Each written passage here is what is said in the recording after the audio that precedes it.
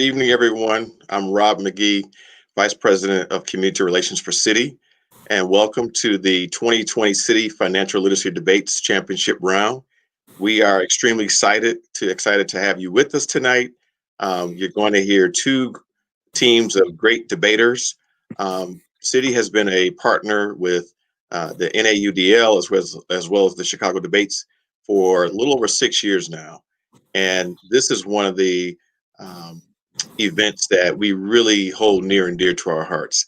It's a great opportunity for high school students to learn and explore financial education concepts that they can take with them in their subsequent life in college and throughout their careers.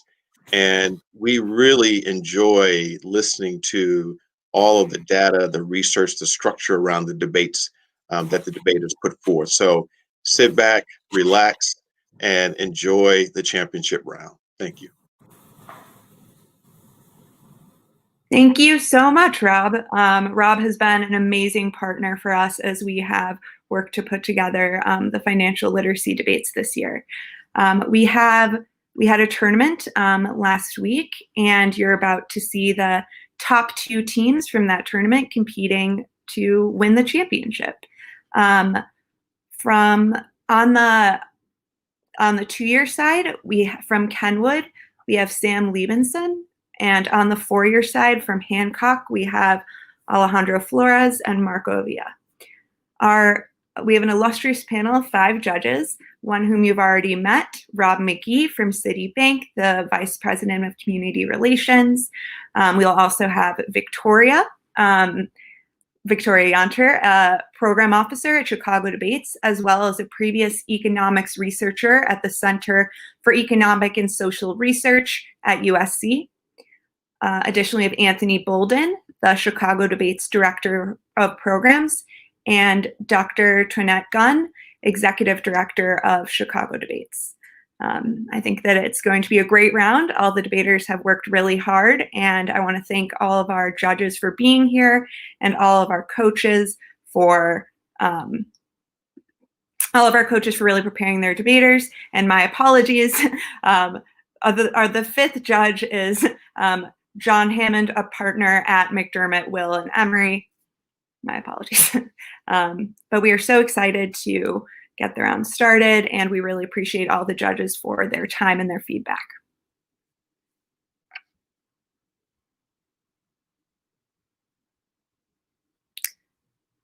All right, are we just about ready to get started, everyone? All right, sounds good. Good luck.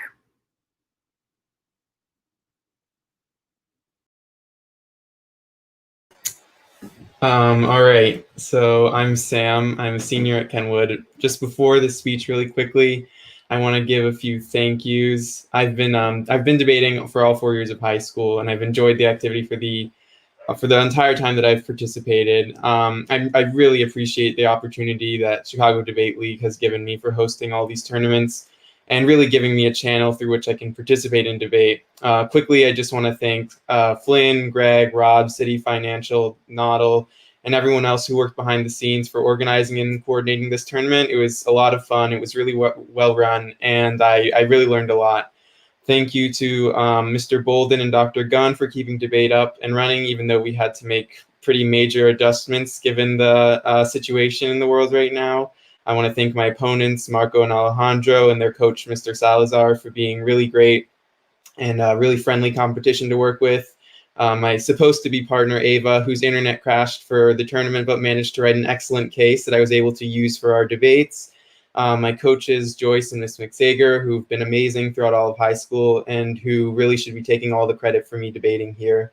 The Kenwood debate team for being a really supportive, fun, and competitive environment that brings out the best in me. And lastly, I just want to thank my family for being such a supportive, so supportive of me doing debate. I couldn't be here without them. And with that, I will begin my speech.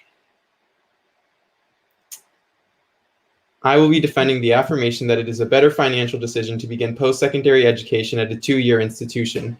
Given the significant cost burden of tuition at a four-year university, we believe that if we can convince you that this cost burden has the potential to be detrimental to the financial future of the prospective student, and that the education and opportunities afforded by beginning education at a two-year college are sufficient in setting up the student for a life of financial comfort, I should win this debate. Contention one is the value of education. For any student exiting high school, tuition at a four-year university can be one of the most financially burdening decisions of their life. Per the most recent data from U.S. News reports, average tuition and fees at four-year universities can range anywhere from $10,000 at public institutions for students coming from in-state to $35,000 at private institutions. These concerningly large numbers are by no means free of consequences. As of now, the total student loan debt in America is at an astonishing $1.56 trillion, which works out to each of the 44.7 million individuals with student loan debt owing over $32,000 each. All of this oftentimes leads to disastrous results for the longevity of a person's financial stability. A 2013 study at UNC Greensboro concludes that, quote, outstanding student loans increase the probability of being denied credit with $10,000 in debt, raising the probability by 6 percentage points. The same amount of debt raises the probability of experiencing bankruptcy in the last 10 years by 7 percentage points, both of which are statistically significant and increase the risk of financial demise, and is just simply a risk that doesn't need to be taken.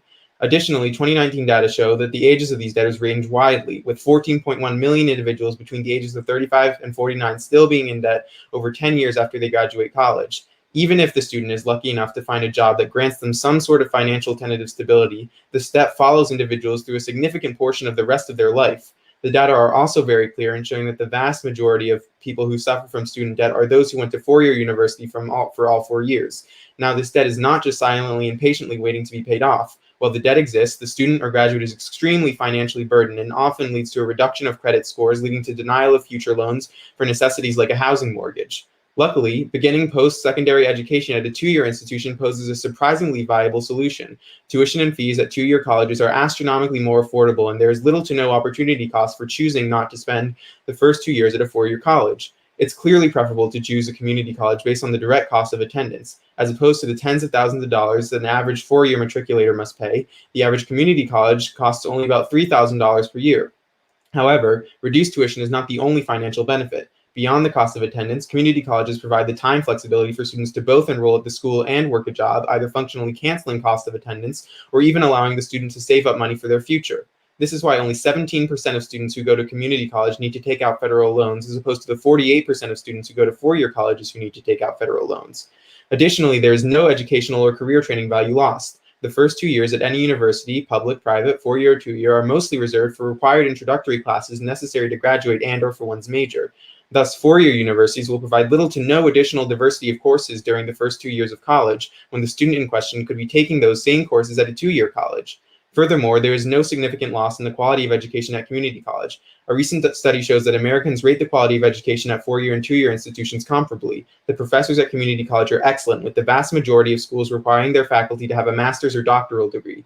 Many professors at community college are also professionals elsewhere in their field, so they can provide real-world experience and advice. Finally, at most universities, individuals take classes with over 300 other students and professors whose primary job is to do research.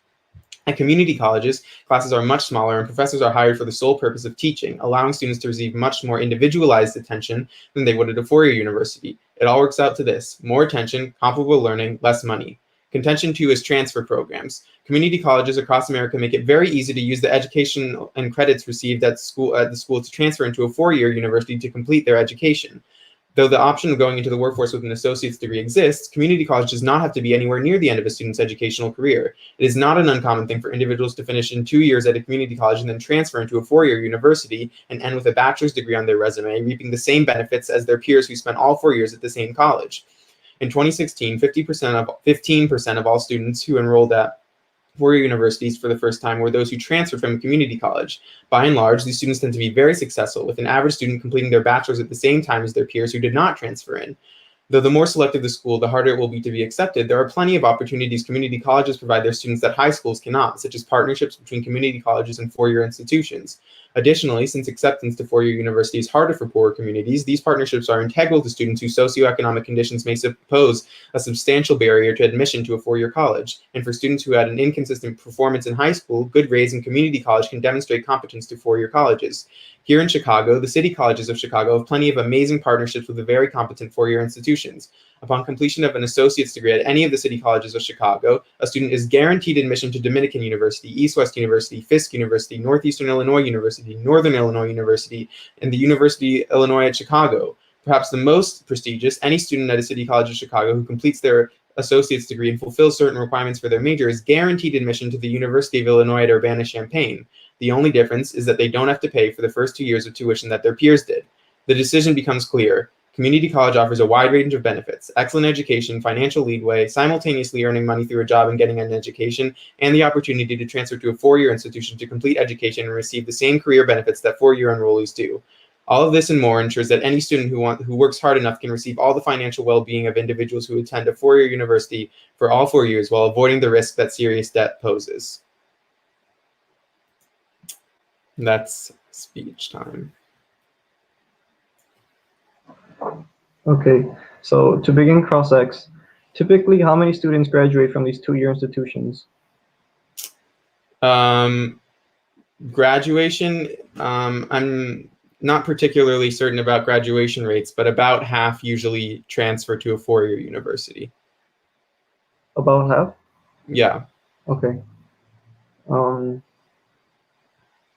although you explained that 15% of all students who enrolled in a four-year university are from community college, how many students that were originally enrolled in community college expected to transfer into a four-year university? I think my previous answer answers that question, no? I think about half. I think there was a study that said about 400,000 transferred when there were about 1 million enrollees. So about half of students at community college is expected to transfer into a four-year university? Yes. So does a lower class size at a community college translate into improved education quality? Most likely, because you're able to get more individualized attention from your professors, whereas at four-year universities, you might be lucky to get a bit of individualized attention from a TA, let alone the professor. And now is the risk of bankruptcy still a prominent issue, even for those who complete their bachelor degrees? Oh yeah, even while completing bachelor's degree, the average debt is around $30,000, and I think the study I cited in my speech says the threshold is about $10,000 to increase risk of bankruptcy and credit denial. Even if they complete their bachelor degrees, correct? Yeah, most people who have student debt have completed their bachelor's degree. Or that much student debt, sorry.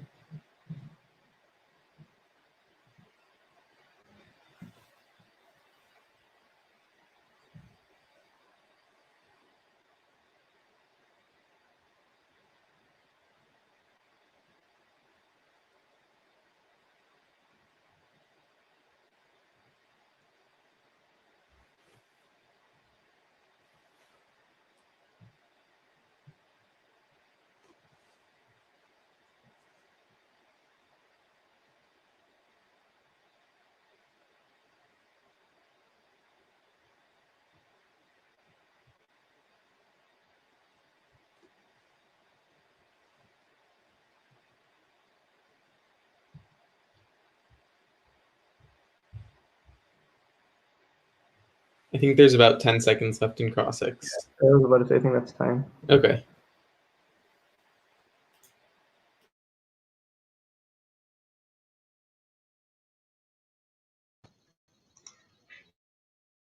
So before I start, I'd like to introduce myself. My name is Alejandro from Hancock. My partner is Marco. I'll be arguing the four-year case. I've been debating for 3 years. I really enjoyed it. I made good memories and close friends. It really helped me to articulate myself better when I'm speaking. I like to thank everyone who's part of this program, the debaters, my partner, my coach, and the staff from Chicago Debates. I really learned a lot about 2 years and 4 years. It came at a perfect time since I'm a senior and I'm starting to apply for colleges. It really opened my eyes to my options that I have available. So I'd like to start off with a story from a student from the University of Texas at Austin, Julissa Ark. She was undocumented when in college. She couldn't get federal financial aid as an undocumented student, but still managed to graduate and become successful. She eventually landed a job at Goldman Sachs She climbed the ladder to vice president, earning more than $34,000 a year. This shows that even though with a bad hand in life, it is hard but not impossible for an undocumented or low-income student to graduate in 4 years. In our case, we will tell why it is realistic for every student regardless of their background. Our first contention is higher graduation rates equal higher income potential.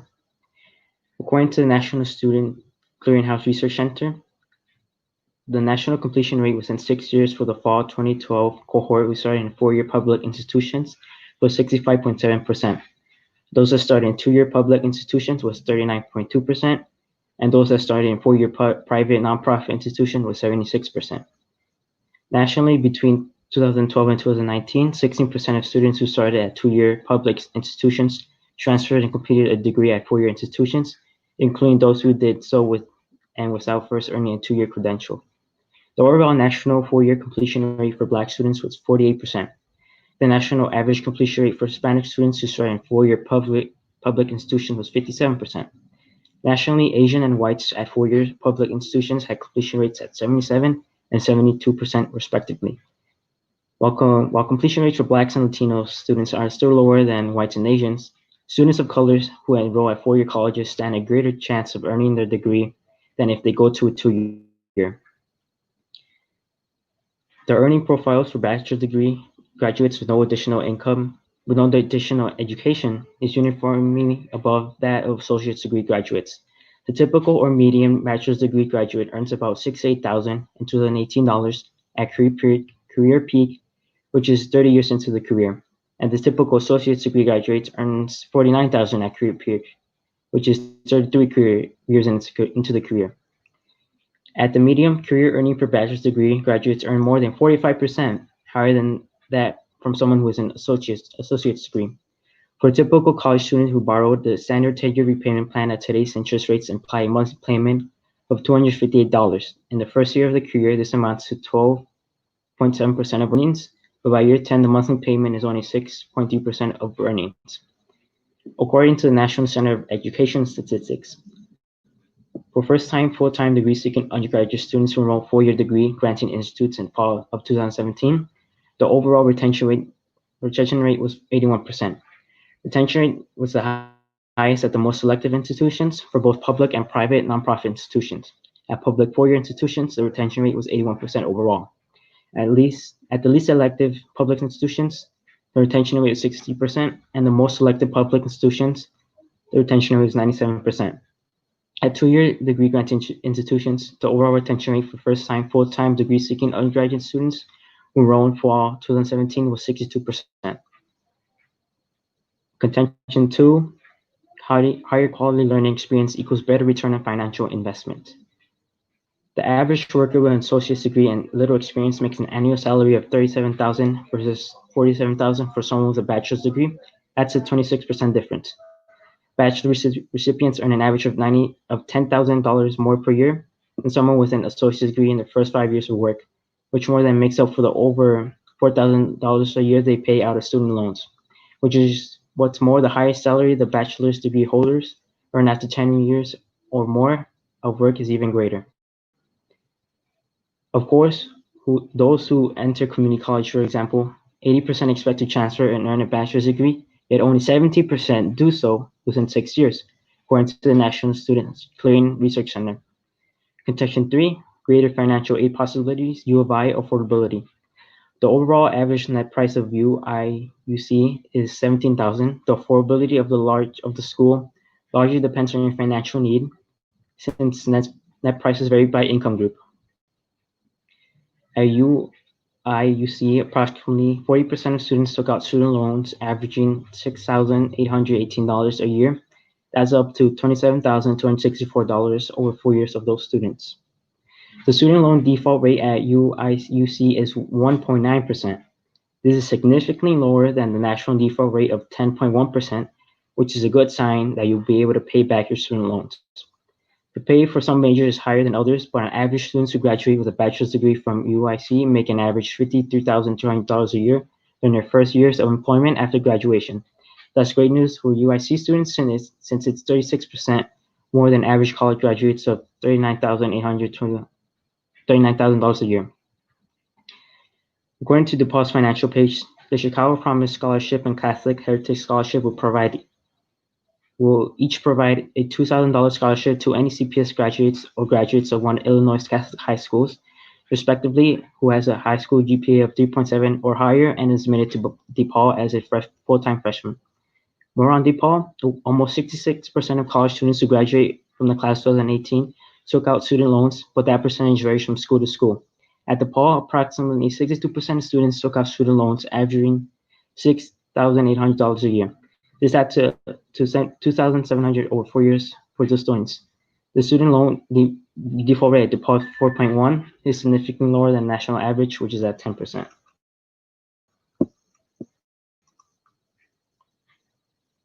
Okay, are you good for process? Okay. Yeah.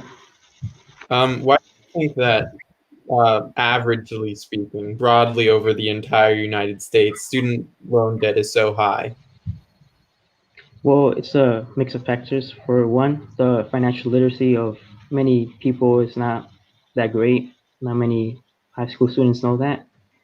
And second of all, some students may choose a college that they can't financially afford, but still go to it. Oh, yeah, so let's talk about that. Like, there are plenty of colleges throughout the United States. Not most people can go to University of Illinois at Chicago or DePaul or Loyola, which may have good financial aid. So what's the solution to people that don't necessarily have access to these colleges that may have good financial aid options? Well, I only mentioned I think 2 out of many examples, but I didn't get to them. So there's one about University of Texas, one about Yale, one about University of Chicago. Right. We can list as many examples as we want, but that doesn't really argue with the fact that, broadly speaking, student debt is enormous in America, which would indicate to me that these seem to be exceptions rather than the rule. I'm just wondering if you have any evidence that suggests otherwise. Suggests otherwise that what? That these colleges that you listed are anomalies.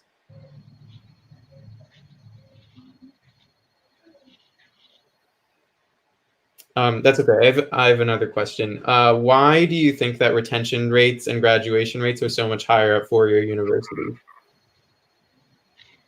Well, I think they're higher because it's a more significant investment than a 2-year, since you have to take in 4 years rather than 2. So you have to make your money's worth. Right, but people drop out of both. So why is the graduation rate specific? Can you demonstrate a causal link between going to a four-year university and graduating? Could you repeat that? Can you you said that there are more graduation rates are higher at four-year universities. I'm wondering if you can show me that the graduation rate from going to a four-year university is caused by going to a four-year university rather than some other corollary factor. Oh, you cut out a bit. What was the last part? Can you explain to me why going to a four-year university causes you to graduate higher, or is it just a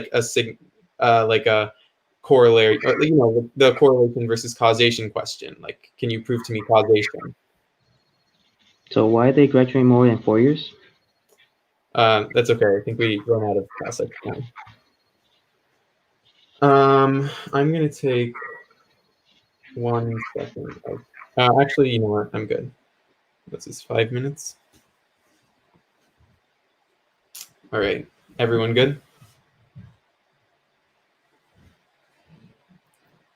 Most of the arguments that they've presented to you are based off of flawed metrics of analysis that have methodological errors, or cases of special pleading when they ignore certain statistics. Now, their first argument is that retention rates are higher at four-year universities and two-year universities, but this is flawed. Their financially secure students are overwhelmingly more likely to attend four-year universities, and the data show that it's a better predictor of dropout rates at any institution is the economic bracket in which the particular student falls. That means that students who attend community college college tend to be much more likely to come from low-income backgrounds, which then causes the expectation for dropping out of college to be much more likely because they don't have the financial ability to support themselves. But the only thing that means is that the same students who go to community college are the same ones who would be dropping out of four-year universities as well. Now, this can be shown pretty clearly in their evidence too, that lists that minorities or underrepresented minorities are much less likely to graduate from college, and this is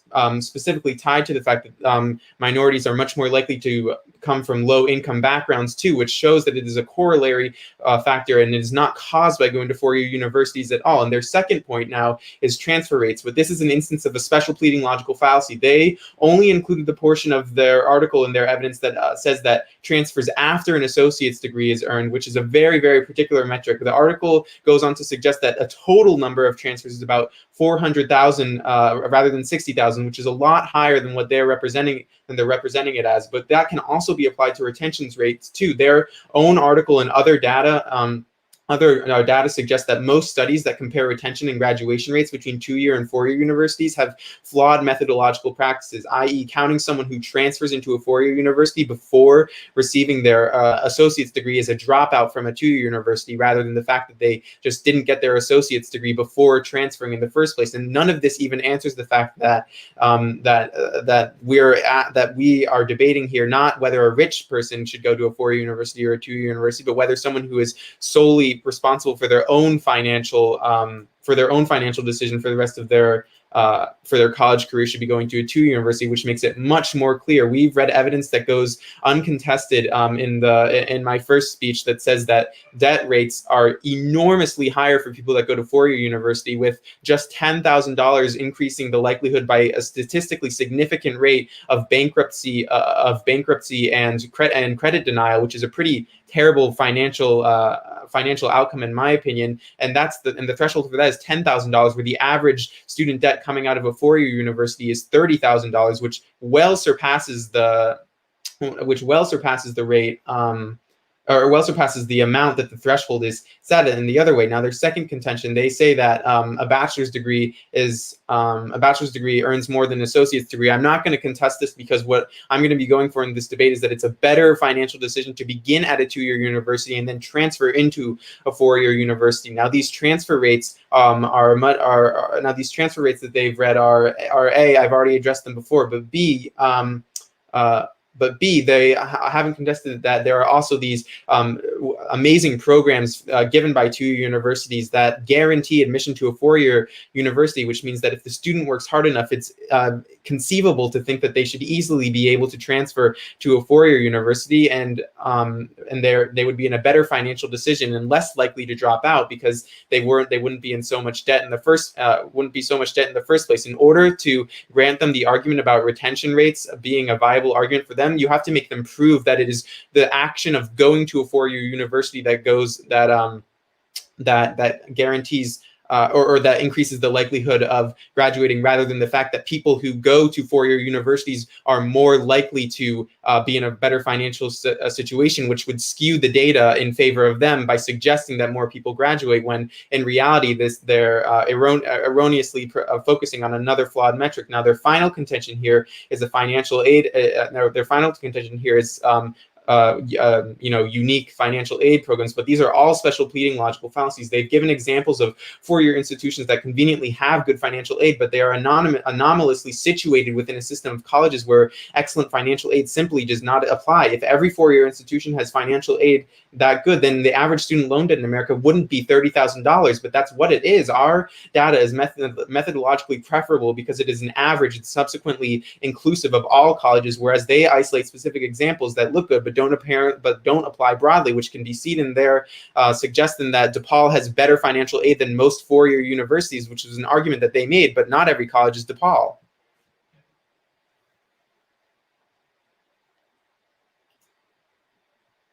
That was 5 minutes. Let me use some prep time.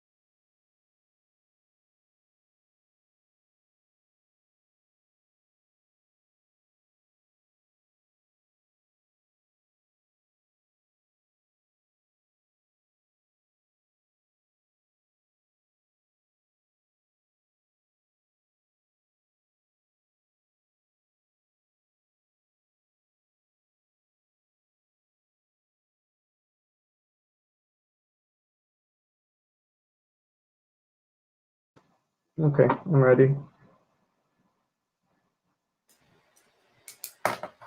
Okay.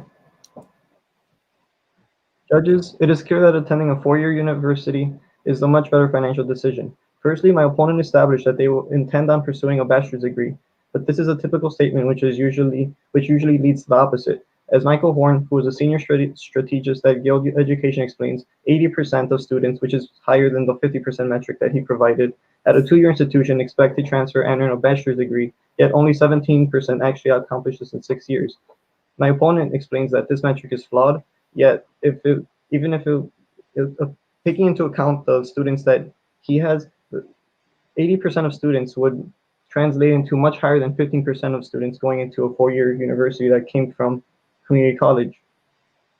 His claim of not being able to accomplish this is incredibly optimistic. Not only is pursuing a bachelor's degree after community college clearly unlikely, just graduating with an associate's degree is also very difficult. As my partner explained, only 39.2% complete these 2 years. And as my opponent wants me to explain that a four-year institution allows easier graduation rates, we have provided that with article of the National Student Clearinghouse Research Center. It explains that at a two-year public institution, the graduation rate is 39.2%, but at a four-year institution, the overall completion rate for Black students is 48%, and for Hispanic students, it is 57%, which is both over what is possible at a two-year institution. So you do have a better chance at completing your degree at a four-year institution than in a two-year institution. And you have a better chance of completing the goal that you set at the beginning.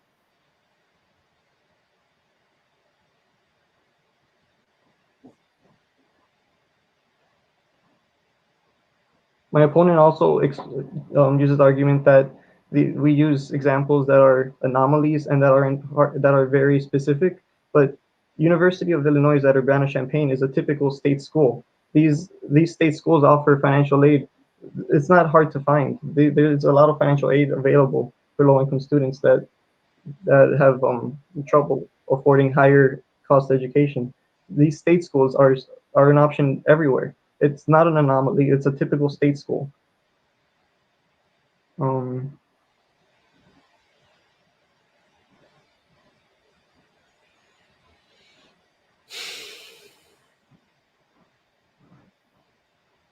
My opponent also explains that student debt is detrimental, but there are countless scholarships that are available and need-based financial aid, such as examples that we provided, which aren't hard to find at a typical state school.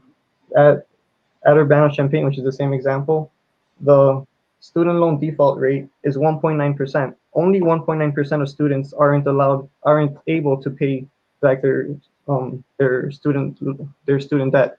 I'm sorry, but it is much lower than 10.1, which is the national average.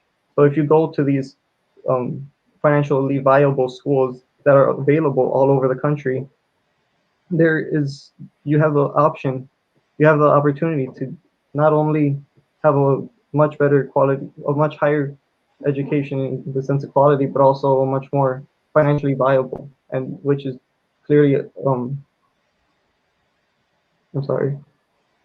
which you have a clear opportunity of paying back and of affording.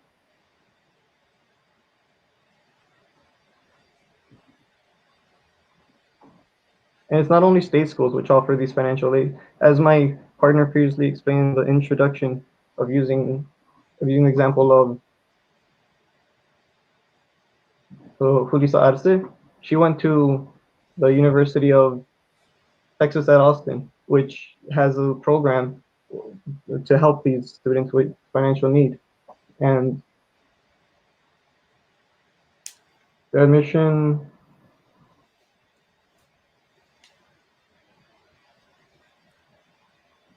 there are these programs in place which allow students with extreme financial need to obtain higher education, which gives them the opportunity to make a much higher salary than possible at a two-year institution. They have the opportunity, although these are extremely selective institutions and it is harder to obtain, this is just another example of how it is possible to go to these more expensive schools, and you still have the possibility and the opportunity to complete it.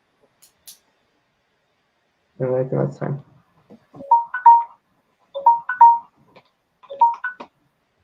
Okay, I have 4 minutes, so I'm just going to take that.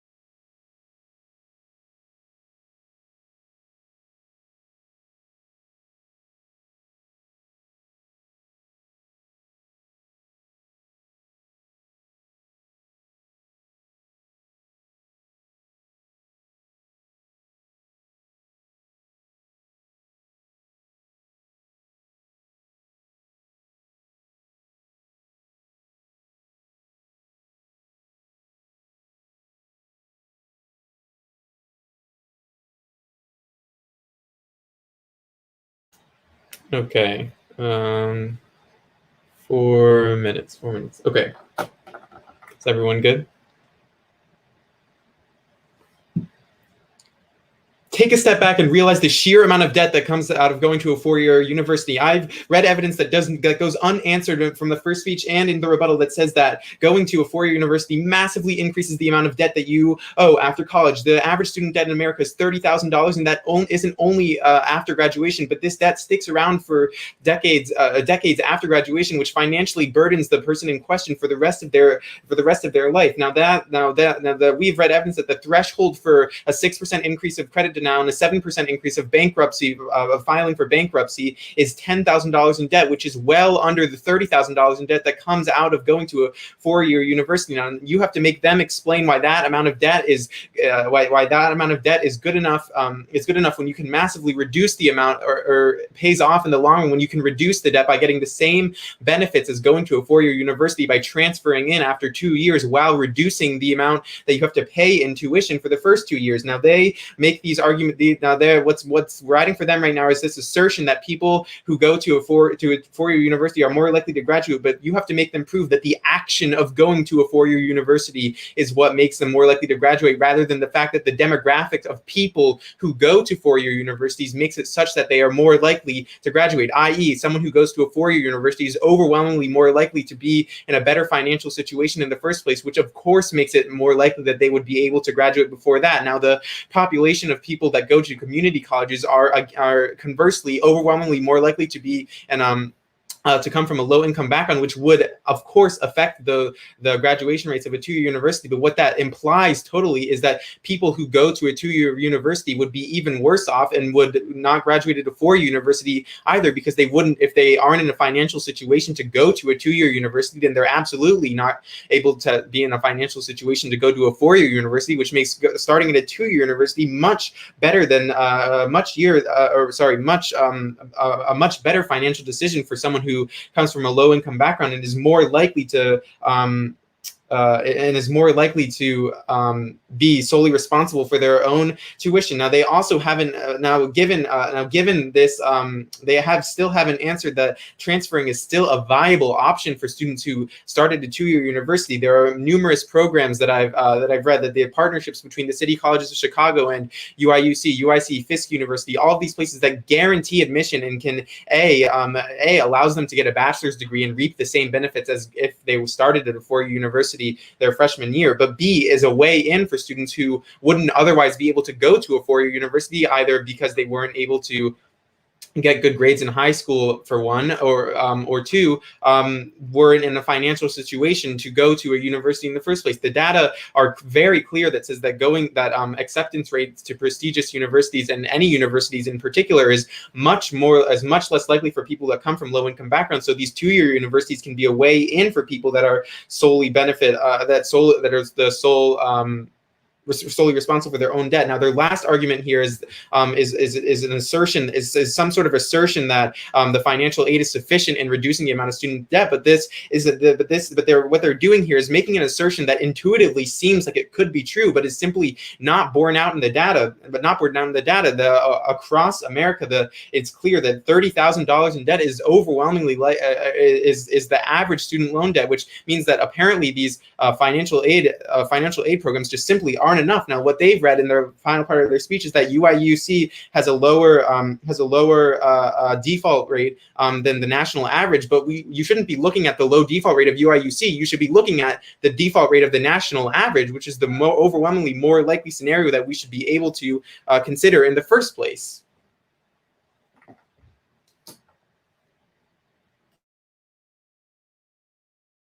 That was 4 minutes. How much time do I have to the closing statement again? I wasn't timing, but I think it was I think Marco did around 30 seconds, so I think probably like 3:30. So the closing statement is around 4 minutes, right? Sorry? The closing statement is around 4 minutes, right? Or is it different? It's 4 minutes, but you still have 3:30 of prep. Oh. Okay. I'll take the 3:30 of prep. I'm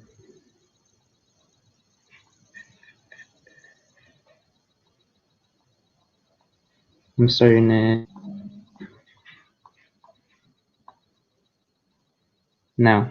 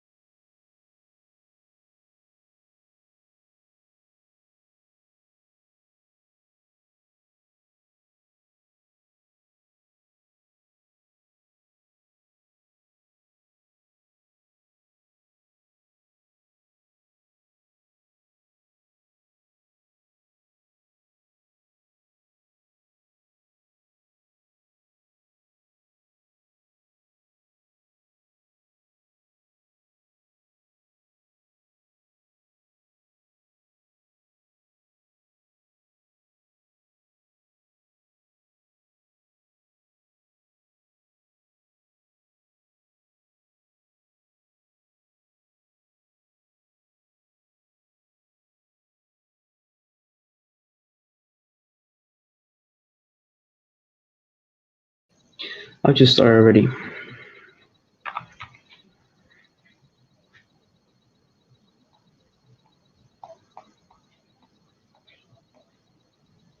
Okay, go. So our first contention was about higher graduation rates equal higher income potential. We said that the retention rate for 4 years greater than that of 2 years. And while the completion rate of Black and Latino students are still lower than that of white and Asians, students of colors who enroll at 4-year colleges still stand a greater chance of earning the degree if they go to a 2-year. He also mentioned about the earning potential for a bachelor's versus an associate's. So within a bachelor's degree, your earning potential is much, much higher than that of an associate's degree. So it would make sense to go to the 4-year because it has much more retention rate than a 2-year. And as I said, the retention rate for the 2-year is at 17%. So only 17% of the 2 years actually go into the 4-year. So because the 4-year has a greater retention rate, you have a higher chance of getting that bachelor's degree and being more financially stable in the future.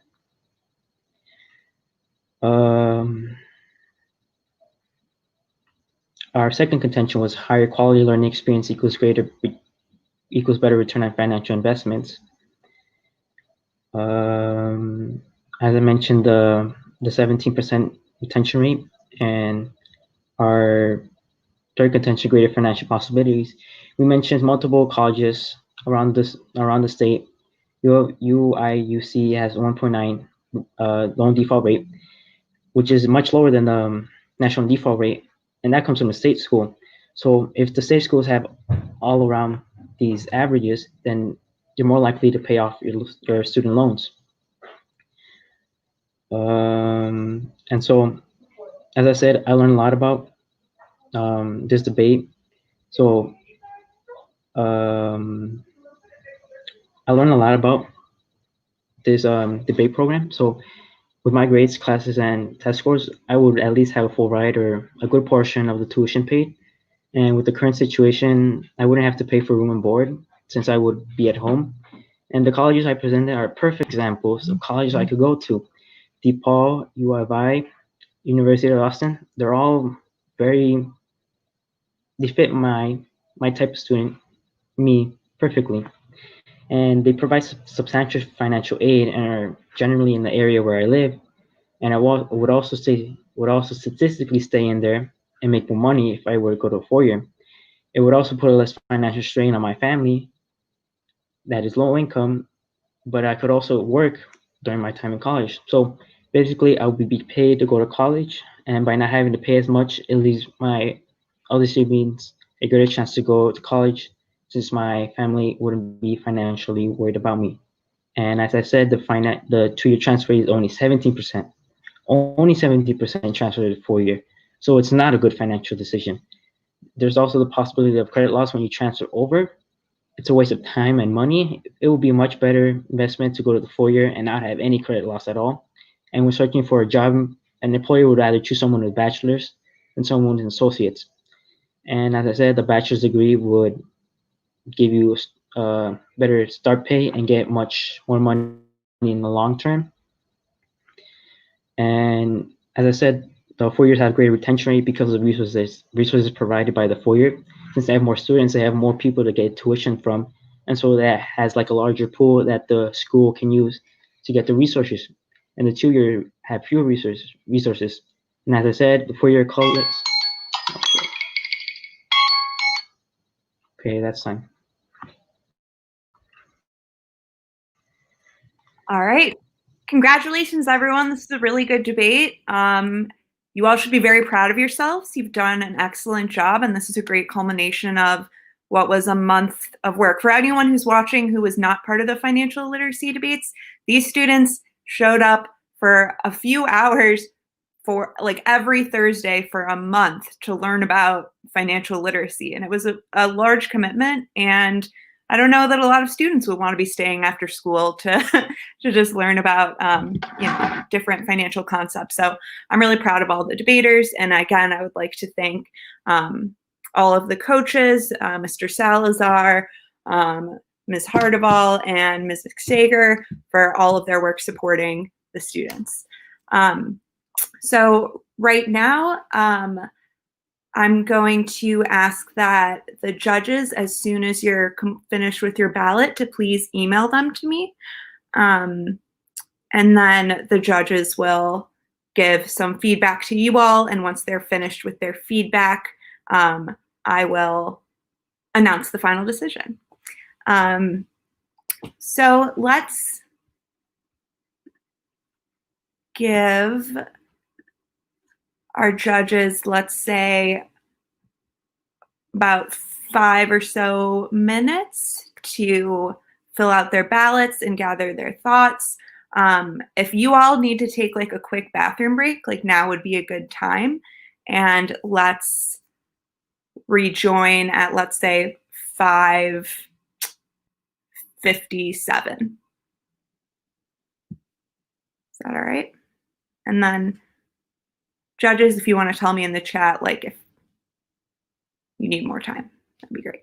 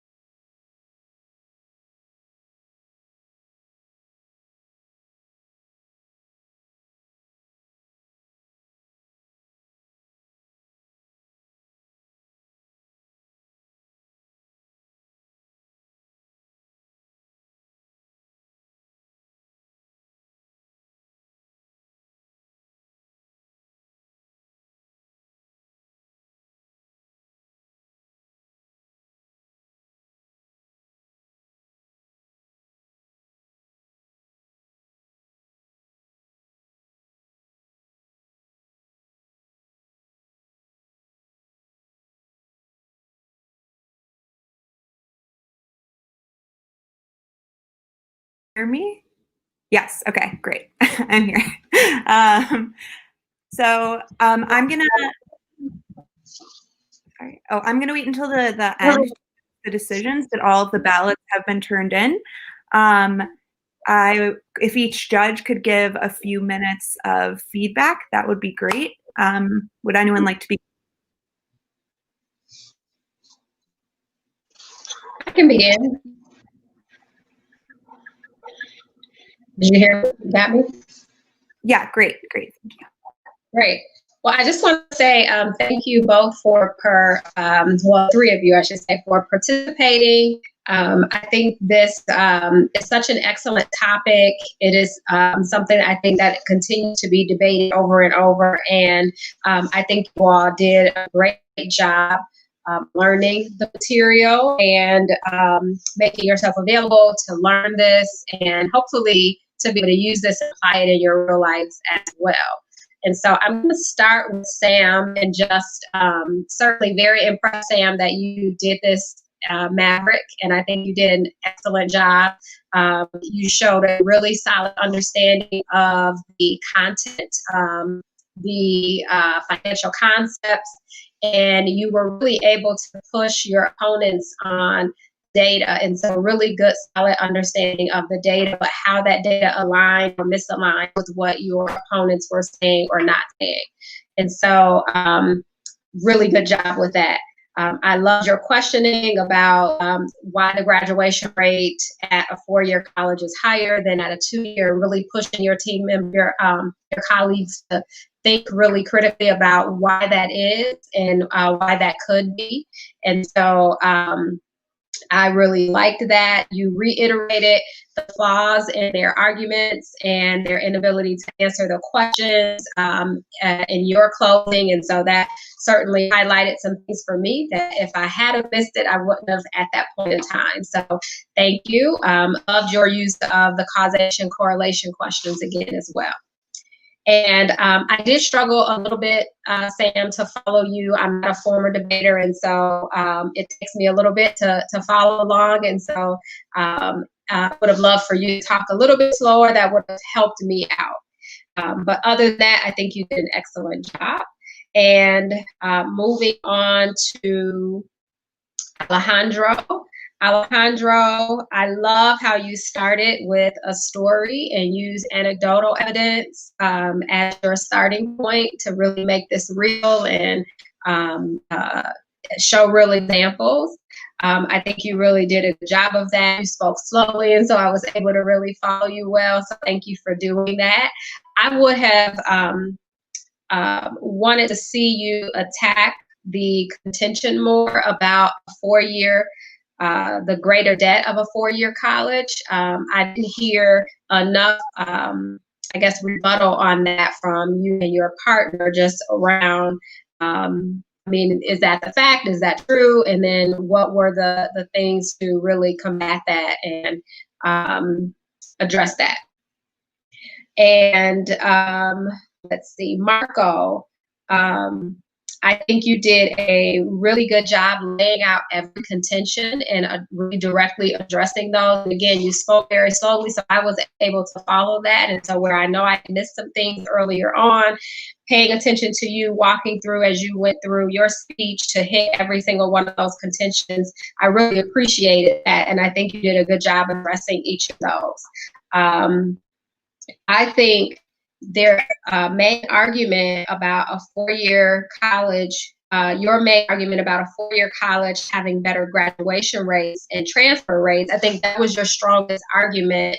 And I would have wanted you all to really dig into that a little bit more, maybe back it with some additional evidence and data, really try and address what Sam was saying about the exponential student debt that exists. And let's see, I can't even read my scribble here. But all in all, I think you did a good job. Both of you all did a really good job with the four-year college being giving you a better chance at graduation. And I loved how you all brought in the stats around the underrepresented minorities and how the likelihood of them having more success at a four-year institution than a two-year institution. So great job, both teams. Thank you, Dr. Gunn. Victoria, would you like to go next? I can, yes. Yes, so I thought this was a really good debate as well. I also sometimes forget that in public debates, sometimes debaters go a little fast. It's a hard life being a policy debater. I thought both sides did really well. I agree with Dr. Gunn on the very strong arguments that both sides made. I thought that the team of Sam did a great job of explaining the causation versus correlation. I thought was really good in talking about what other factors go into this data. And I think that showed a really strong understanding of not just data as the numbers, but the economic theories that data tells a story, and that everything that goes into these, the both endogenous and exogenous factors, I thought was really good and showed a high level of economic understanding, because that's a very big part of economics. And so I thought that was really excellent. And then for the four-year side, I thought that the personal story and personalization was really good and really important to really understanding, again, these stories, that a lot of these, the best way to explain high-level things is to give specific examples. It's something we very much learn in debate. And I thought that the focus on this higher earning potential and these percentages were really good. I think from both sides, some additional contextualization would have been very helpful there. I think that one additional, when you're having these economic discussions, that another thing to talk about is the marginal cost and the marginal benefit. So I do think that you all were saying, our numbers are higher here and there, but talk about how much higher, how much more expensive, and giving people kind of those numbers of the marginal benefit, which is the marginal cost, I think is really helpful, right? There was this discussion of this financial aid being higher at, even a state institution, but what does that mean compared to the marginal additional cost of tuition? There was a mention of a $2,000 scholarship, but I guarantee that DePaul is more than $2,000 more than a community college. And so kind of contextualizing those questions, I think, is just really persuasive and very helpful, because it's easy to, tote big numbers versus smaller numbers, but figuring out that story of what is the difference behind these numbers, I think is really important. And in addition, I thought that there was some more opportunity to talk about kind of the question of the topic revolving around sole responsibility. I thought that Sam did a great job of being no, we're not talking about everyone that has, family support and things like that. We're talking about people who are solely responsible for the education. So I thought that was really good. Sometimes the best thing in a debate round is really to get back to the topic and be no, this is the question that we've been asked. So I thought that was very strong. I would have liked to, see more of that. And then I thought both sides did a very good job on this education quality and discussion that was at the beginning of the debate, same with the smaller class sizes. And I thought the, even cross-sex line, I believe, about the time with the TA versus time directly with the professor. I thought that was really good. And I thought that the quality of education at a four-year institution and how that affects student retention rates, that discussion was also really good from the four-year side. But I think that you kind of extending those throughout the debate. I understand that with time limits, you don't get to everything. You got to pick and choose. And I thought you all did a great job of picking and choosing. But I thought that that was kind of another area that I wish got developed a little bit more. And how does that affect the finances? But yeah, overall, I thought it was a really good debate. There was definitely a lot of numbers and percentages and comparisons there. Our side is higher. I thought the four-year just kept reminding me of the 17%. My notes kept saying that. So when you can have a number that stands out like that, I thought that was really helpful. So yeah, thought it was a good debate. Thank you so much, Victoria. Rob, could we have you go next? Sure. So first and foremost, let me just congratulate both teams. I think you did a great job. And Sam, please let your partner know that they were missed but we appreciate the fact that they helped you out along the way. A couple things that kind of jump out, and I won't rehash some of the things that Victoria and Dr. Gunn said, but as a supporter of this organization and for this event in particular, I was personally pleased to hear Alejandro say how just working through this exercise, if you will, has helped him form decisions that he will take away and use to decide where he goes to college. That is in essence, why we do what we do. We want to make sure that you can take these learnings and use them in your own personal life, whether it's for yourself, a family member, etc. So for you to start off by saying that before we even got into the meat of the debate, that was special for me. So thank you for that. And I'm glad that the work that everyone has put in has led you to a statement such as the one you made. So with that in mind, I thought you both sides did a great job. Sam, I'll start with you first. I thought you did an excellent job of coming right out the gate with data. But like Dr. Gunn said, I think that you delivered it a little too fast. I think you could have slowed down, because later on during cross-examination and that sort of thing, you could have helped to sort of unpack some of that data. But I think you had a great command coming out with your opening statement. But again, I think if you could just slow down just a little bit and save some for the end, because whether it's during cross-examination, closing argument, you want to save some, I think, for the end. I think that the Hancock team crossed you up, no pun intended, a little bit when it came to the cross-examination, particularly around questions of the retention rates. I would have thought that you would have anticipated that question, but you stumbled, a little bit. So just kind of food for thought going forward. Try to prepare yourself as best as you can of being on that other side, so to speak, and anticipating, what questions may come your way. For the Hancock team, I'm going to say something that Victoria mentioned. She kind of stole my thunder. I think it's very crucial and important that you stick to the spirit of the resolution itself. I think that with Sam, he came out with data, and that was great. Alejandro, you started off by telling a story, and I think that's a great way to kind of paint a picture and bring some level of humanization to the debate.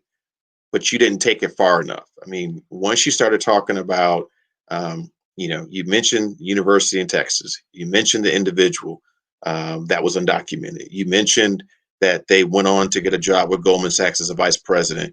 I'm visualizing this person, but you've got to tell the full story all the way through to kind of keep me there, right? So just, down the road, just kind of think about that. I think it's great to start off telling a story because it makes it much more personal, but you've got to stick with it and tell the story all the way through. The other thing I would say is, I think that, and this kind of goes back to really sticking to the resolution. We're talking sole responsibility. That can be anyone, short, tall, black, white, low income, upper income. Sole responsibility is sole responsibility. And I think in a few junctures, you kind of cherry picked what made sense. Saying UIUC was a typical state university. That may be true, but in Illinois, there are probably about 75 to 80 four-year colleges and universities. So what if I'm that person who has the sole responsibility and I don't choose UIUC? That, 1.9% versus the average of 4.5%, whatever that number was, that changes things, because now I've got to think about that higher percentage versus that 1.9 that UIUC is known for. when you made the comparison of a 39.2% completion rate and then compared that with Blacks and Hispanics, again, you compared a larger population, if you will, with the segmented population. Again, that's kind of apples and oranges. So just kind of be careful about your use of statistics and data. I think you both did a great job of researching it. You just didn't pick the right spots all the time to plan it into your arguments. But I'm personally proud of you guys. I think you did a great job. As I mentioned during the semifinals, this is one of a handful of events that I personally get involved with every year, and I look forward to it. And unfortunately, we weren't able to host it in our offices, but we do what we can in these pandemic times. But congrats to you all. Good luck for the rest of the school year and subsequently when you head off to college, whether it's a 2-year or a 4-year. Thanks. Thank you so much, Rob. We really appreciate your support, of course. John or Anthony, one of you Sure. who would like to go? Thanks. Great job, everybody. Great job making it this far, and appreciate all the effort and hard work that went into this debate. You all did great. I will start with Alejandro. I agree with everyone that you did a really good job personalizing this for yourself and for us, and the decision that you're facing and how what you've learned here is helping your decision, and then you're bringing that into the arguments that you're making. So I thought you did a really good job with that. I do think, however, when you had your opening case, that you got lost in the statistics. You're a bit all over the map on some of the anecdotes and stories, and it would have been nice to tie that all together, whether that you use your personal story to tie that together or bring it back each time to the argument and case that you're making. Marco, I thought you did a great case explaining that there's an array of options at 4 years, at 4-year institutions, and that you can make an economically good decision at various ranges, whether you're going to an elite institution and getting financial aid and scholarships, or going to a state school, a lower cost state school, many of the many options, and getting financial aid and much lower cost alternative. That there's not one 4-year institution that if you're concerned about the economics of it, that's your only option. There's lots of options out there. I thought you did a really good job at that. Sam, I thought you did a great job overall. Really appreciated the introduction. Both you and Alejandro led off both of the cases. Did a really nice job of thanking your family and the opportunities that this debate has given to you. So thank you for doing that.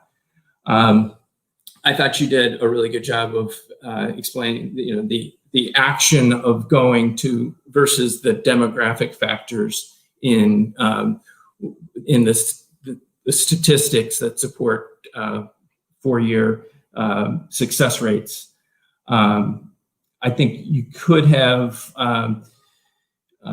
emphasized the costs of attending a 4-year institution outside of tuition. You did talk about the overall loans, but there's huge costs especially if you're not going locally, room and board, giving up the opportunity costs of having a job at a 4-year. And I think you could have spent a little bit more time on that. But great job overall. Thanks. I appreciate the opportunity to be a judge in this, and good luck going forward. Thank you so much, John. We really appreciate having you. And last but not least, Anthony. All right, I guess I'll round this out here. So I think the esteemed panel has said it all, but I do want to say for our Kenwood team, Sam, I thought you did an excellent job, and was left really impressed. I do agree with the speed comment. I think you just have to remember in a debate like this, it's a little bit different than a normal policy debate. But overall, I still thought that as a non-debater as well, that for the most part, you were pretty easy to follow. I also felt that you went a little further than the Hancock team in trying to make this a little bit more persuasive, which is also great when listening to a debate.